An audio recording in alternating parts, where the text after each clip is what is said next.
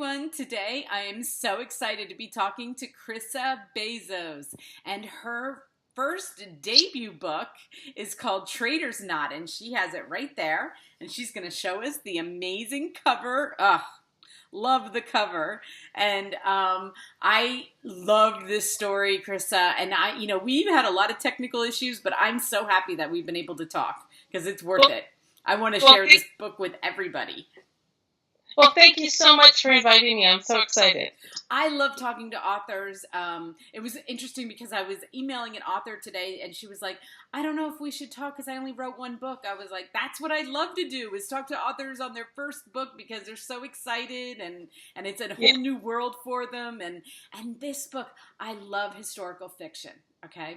But I was scared to read your book because this is not a time period I'm familiar with. And I was like, oh my God, I got to talk about this. So when we talk tonight, I'm going to pretend I know stuff and then you correct me. Well, no, I'm excited because, in historical fiction, when you go back, there's tons of books about the Tudor age, and right now it's World War I and World War II, but the 17th century it's like an uncharted territory.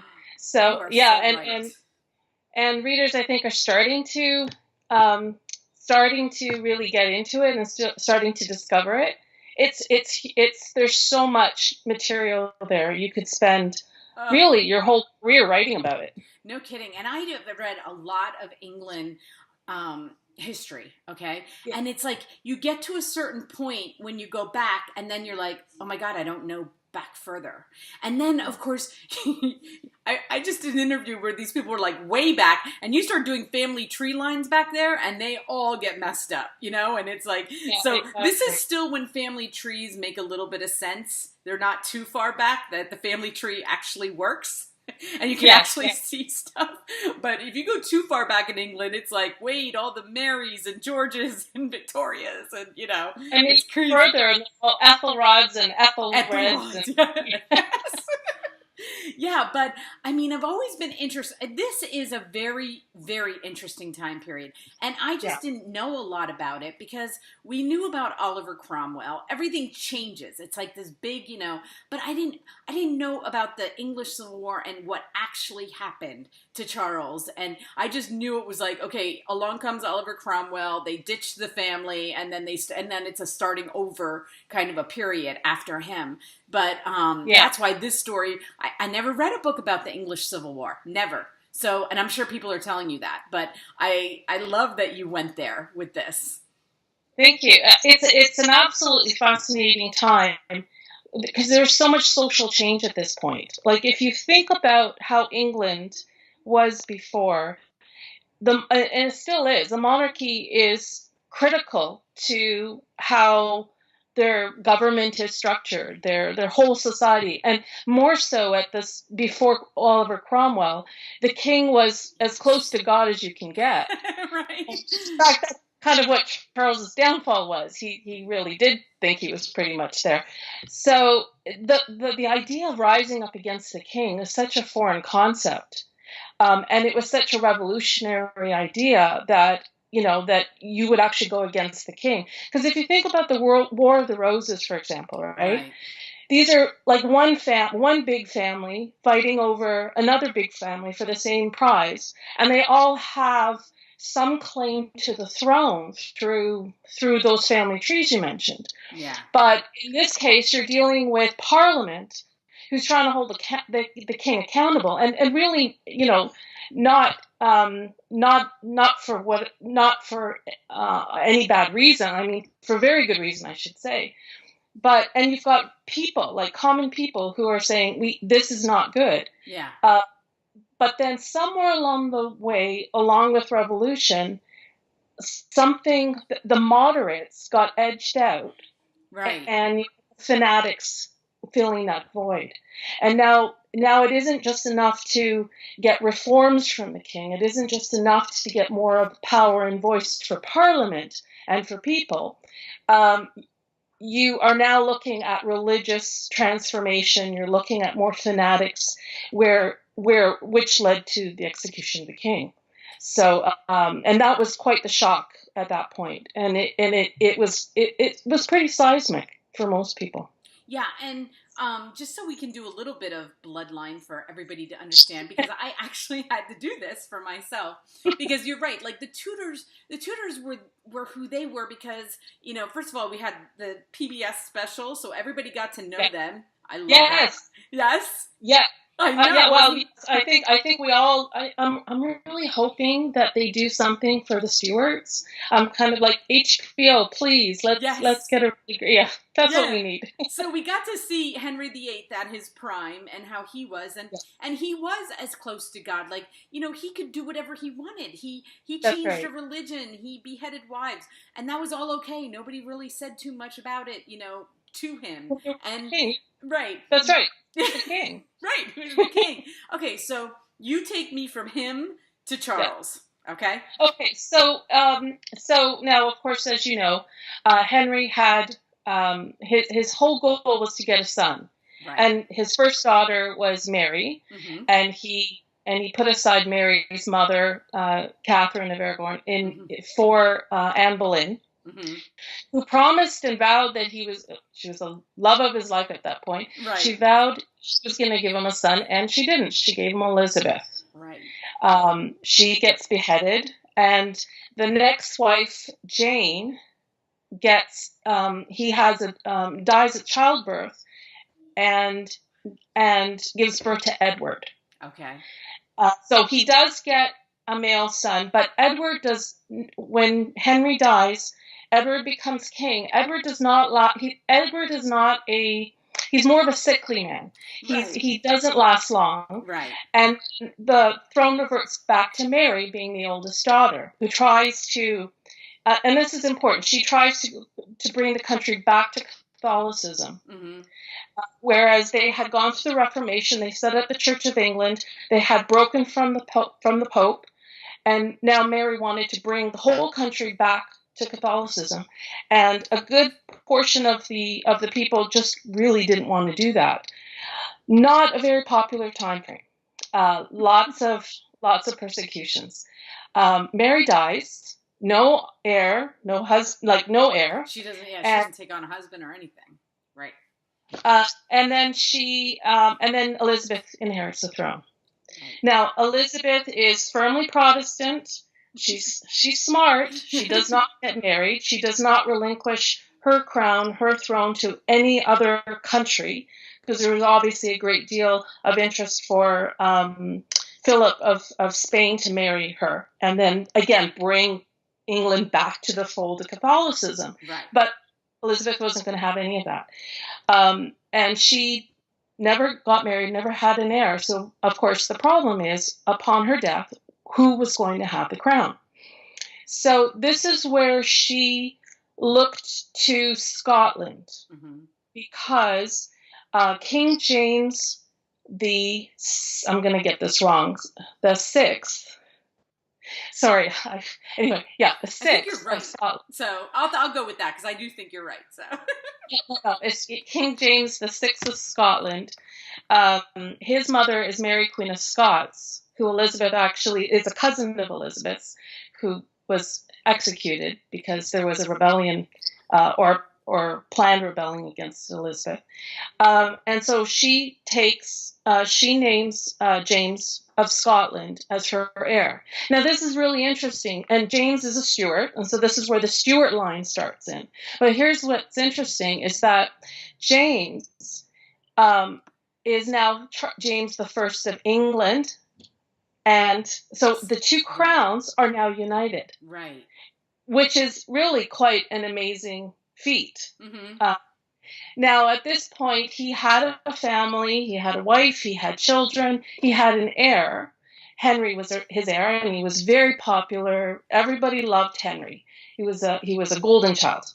And unfortunately, and the second son was Charles, and he was a very sickly child. Really, nobody really much liked poor Charles. Was popular. Well, yeah, if you think about it, you have this poor, sickly, dark child compared to this wonderful brother, golden child. Everybody loves him. He gets along with everybody. He's athletic. He's charming, and he dies. He dies young. Right. And now but Charles, who was not brought up to be king, Right. is now thrust into this world, and he was never very comfortable with it. So this is how the Stuart age started, and it started with James, and it ended with one of his grandson James, second of England. Mm-hmm. His daughters, who married King William of Orange, Mm-hmm. and again continued the Protestant hold on England, and then you've got and then when they died out, so at the end of the Stuart age, they went to the Hanovers, who were one of the Hanovers was a relative of the Stuarts, was a Stuart. See, that's why I like picking you guys' brains, because you break it down and then I can see it, like exactly what happened. And I guess part of the problem with Charles, which I gathered from your book, was that he, not only was he pissing off Parliament, because he kept firing them every time he was. Your book picks up like right after this, but I mean, that's right. Yeah. Mine was before. That's right. Right. So all this had started. That's right. He didn't want to deal with them. He didn't want to deal with their demands. Right. And he's quite happy to not call them. Right. Until he needed money. Right. Yeah. And unfortunately, what happened for him was he really needed a lot of money because of Scotland. Goes back to Scotland again. Uh-huh. And what it was is that Charles was an Anglican. He was a staunch Anglican. He did believe in the Episcopal, like the structure of the church. Mm-hmm. Very high. With the hierarchy and the pomp and ceremony of it, which some English men or English people believed that was too much like Catholicism, so they were not that very comfortable with it. And he tried to spread a uniform religion throughout his kingdoms, which England, Scotland, and Ireland. Though he didn't try too hard with Ireland, but Scotland, he says, okay, here's the prayer book. This is what we're all going to sing from, and the Scots had their own Reformation. I mean, they had taken the Reformation much further, and what they had was a Presbyterianism, which didn't have the power in the church. Were with the elders, or not the power, but the influence was with the elders. It wasn't so much with the bishops.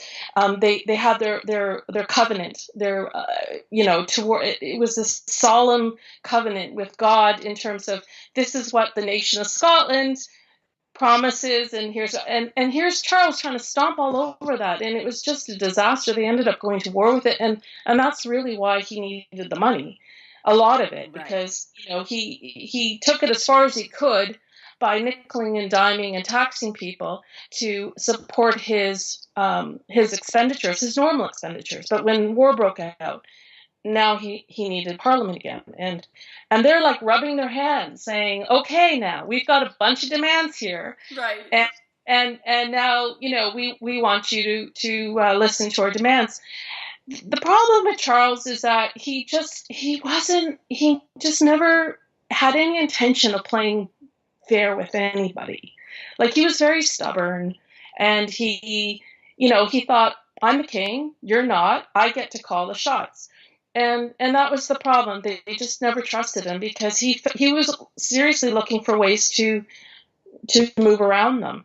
Yeah, and then he marries a Catholic wife from Spain. Yes, and he's in love with her. Like, he actually loves her. And then they get afraid that, oh my gosh, here he brings in a Catholic, right? Weren't there people then that were afraid that he was going to go back to Catholicism because of her? Right. Now, in the beginning, it was obviously an arranged marriage.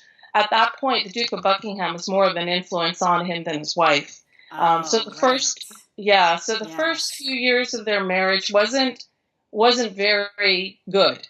The Duke of Buckingham dies, and now Charles's focus is on his wife, and they really did care very much for each other. It was definitely a strong marriage. And yeah, there was a lot of fear that she was drawing him back to Catholicism. I don't think she was. Hmm. But he did like that pomp and ceremony. He felt that was really important to the church. Right. And so there was independents who didn't feel in England who didn't feel that they went far enough with the Reformation. And here was this king who was almost trying to pull them back to something they didn't want. Yeah. So there was a lot of religious tug of war at that point, and trying to understand, really trying to come up with what should England be like. Right. Yeah. Right. Yeah, after years and years, they just wanted to be something, one thing, agreeing. But so then, okay, so he gets beheaded, and then your book picks up. Okay, and Yeah. and I love the characters in your book. I love Elizabeth, and you know what I love that what you did with her was that you made her very. She didn't really follow the rules like she should have as a woman in that time. Right. You know, Right. she was brave, a lot braver than most of the women then, and then James, and then it's such a. I was like thinking about it today. Well, I was thinking about it when 2 days ago when we tried to interview, and I was like, I don't want to ever tell too much because I love people to experience books like I get to. I like them to turn the page and go, oh, just like I get to do. So I'm not going to say too much about their relationship and what happens with them. All I'm going to tell you is that I love the way you built it. I love the way I loved her story, and the end. I love the end so much.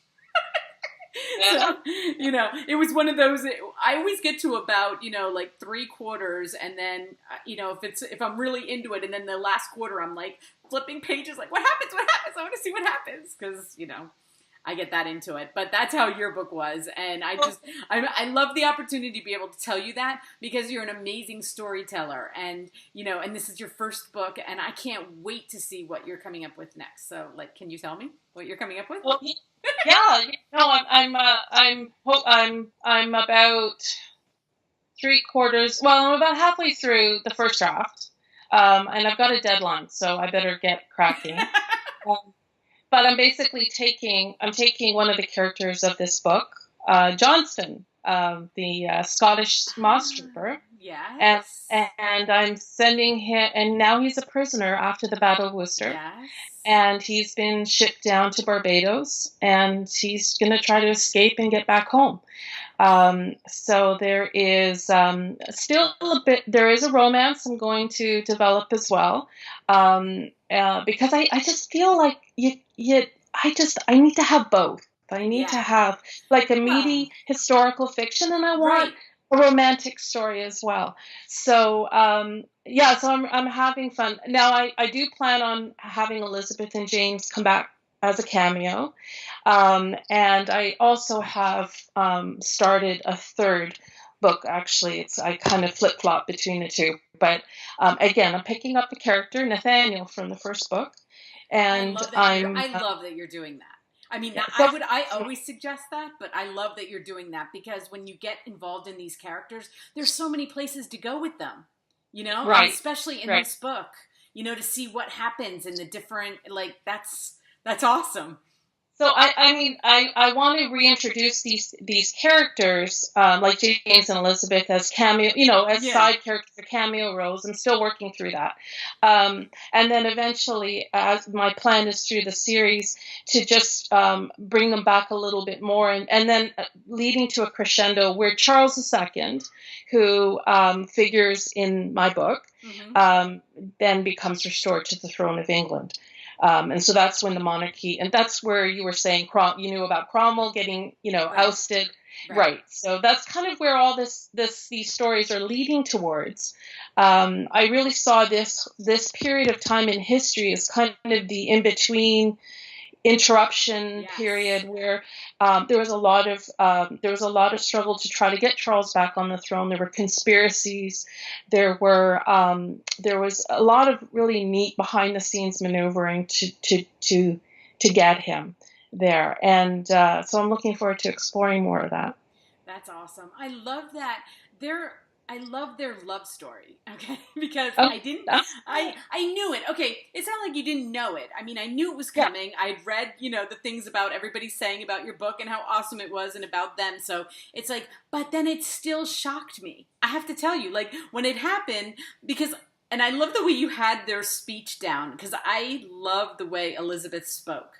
Like Oh, whenever before in the court, like not courting, but before they were anything. yeah, I yeah. loved the way you had her voice. I don't know how to say that. You know what I'm saying? Like I loved the dialogue, but I loved her voice. Like I could hear it. I could hear her speaking like that to him, yet with a little bit of yes and no. Like, Yeah, yeah, yeah. like, no, don't come find me, but please do come find Yes. me. Because we all want that. No. Right. We can't do this, but maybe. Well, it's the challenge I had with Elizabeth. No, I mean, just going back to the voices, it may sound crazy, but I can kind of hear them in my head, and I think that's I could hear her in my head.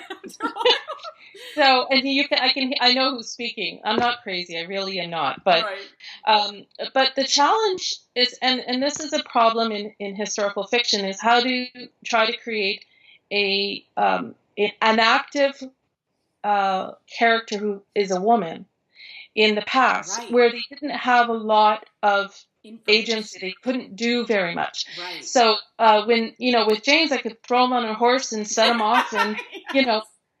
Break out the pistols and everything. But with Elizabeth, I had to find different ways to make her active. And that took me a little while to get used to that, because you don't want her to be being a foot stomping, modern woman in the past, because I don't think anybody wants to read that. If you're interested in historical fiction, I don't think that's really what you want to do. But there are a lot of women.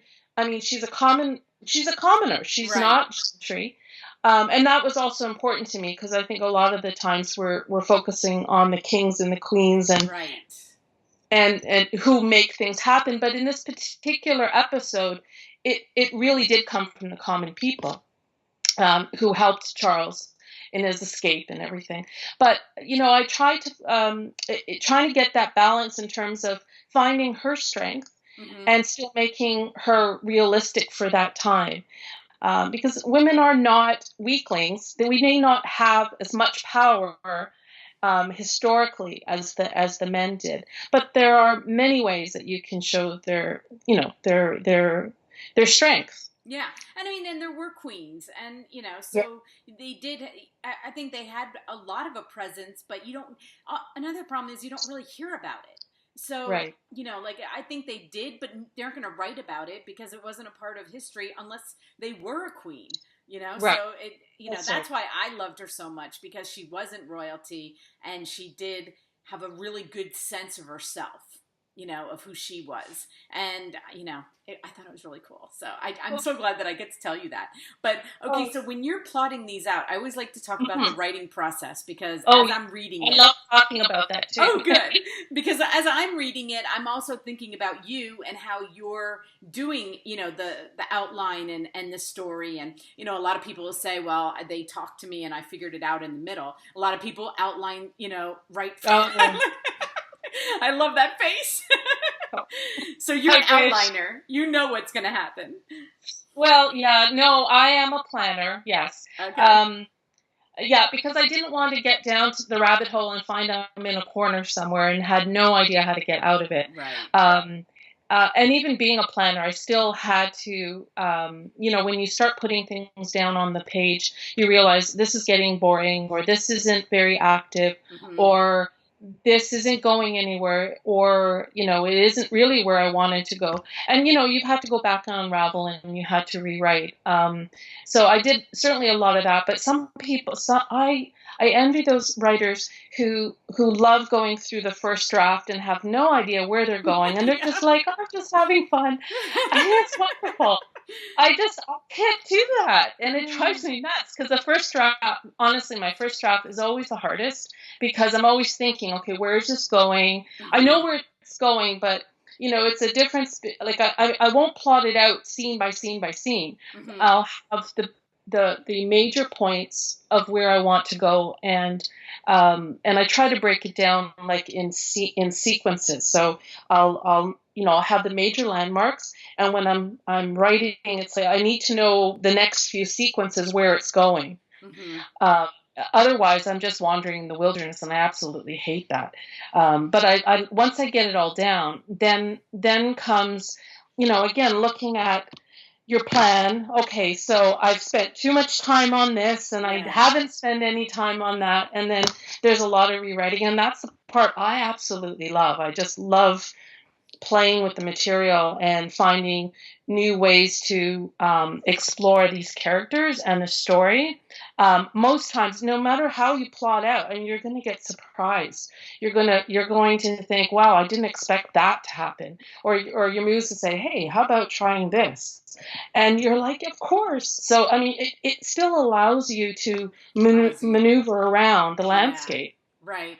And I left a really good review for you on Amazon because I wanted people to I mean, you're getting great reviews for this book, and I'm so happy. yeah, I mean, you must be thrilled. That's why I said I love talking to you first time authors, because it's all new and it's like, "Oh my god, look at people love what I'm doing," and and you get the encouragement to keep going, and I love giving you that encouragement because I thought that this has so much potential, and you're such a great storyteller, and I learned so much history from it too, and that's the benefit of it all. So, do you have a title for the next one?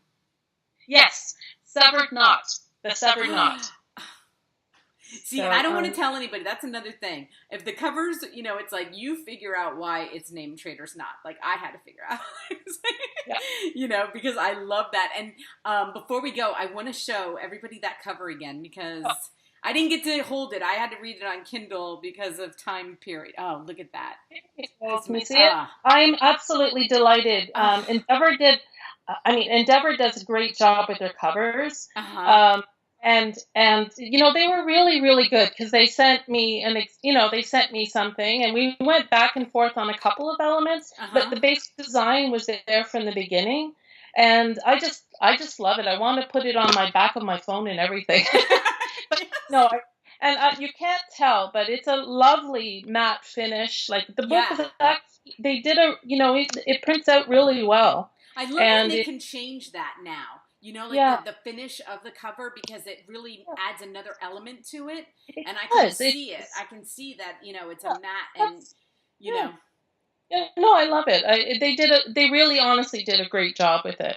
And they were great to work with. So I'm really happy with them. Well, I hope you tell me when the next one comes out. Just keep me updated because we can talk again. I would love to talk to you again, and I want to be one of the first ones that talks to you again. Okay?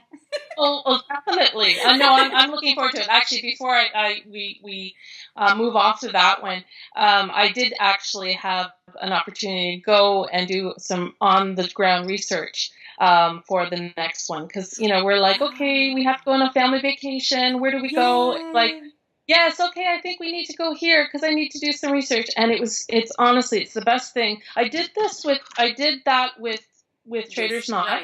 Right. A little later in the process. So it's actually quite nice to have it done, to go there early on in the process, so you can put in all those details of how things are, and then discover them for yourself. Yeah, I hope you were there when there were no hurricanes. We're lucky because we passed. We got there just as Tropical Storm Harvey passed over. So